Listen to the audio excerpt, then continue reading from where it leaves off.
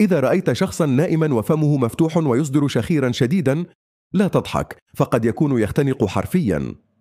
أخصائي النوم يؤكدون أن الشخير العالي والمتقطع يمكن أن يكون علامة على توقف التنفس أثناء النوم، حيث يغلق مجرى الهواء مؤقتا ويمنع الأكسجين من الوصول إلى الرئتين.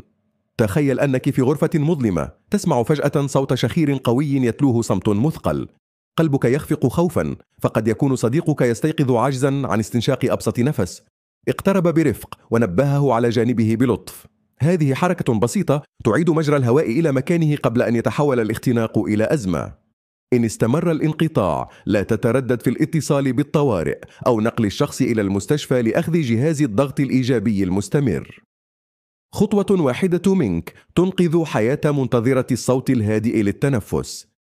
كن حارس سلامته، فأحيانا يحجب الضحك عن رصد الإنذار الحقيقي.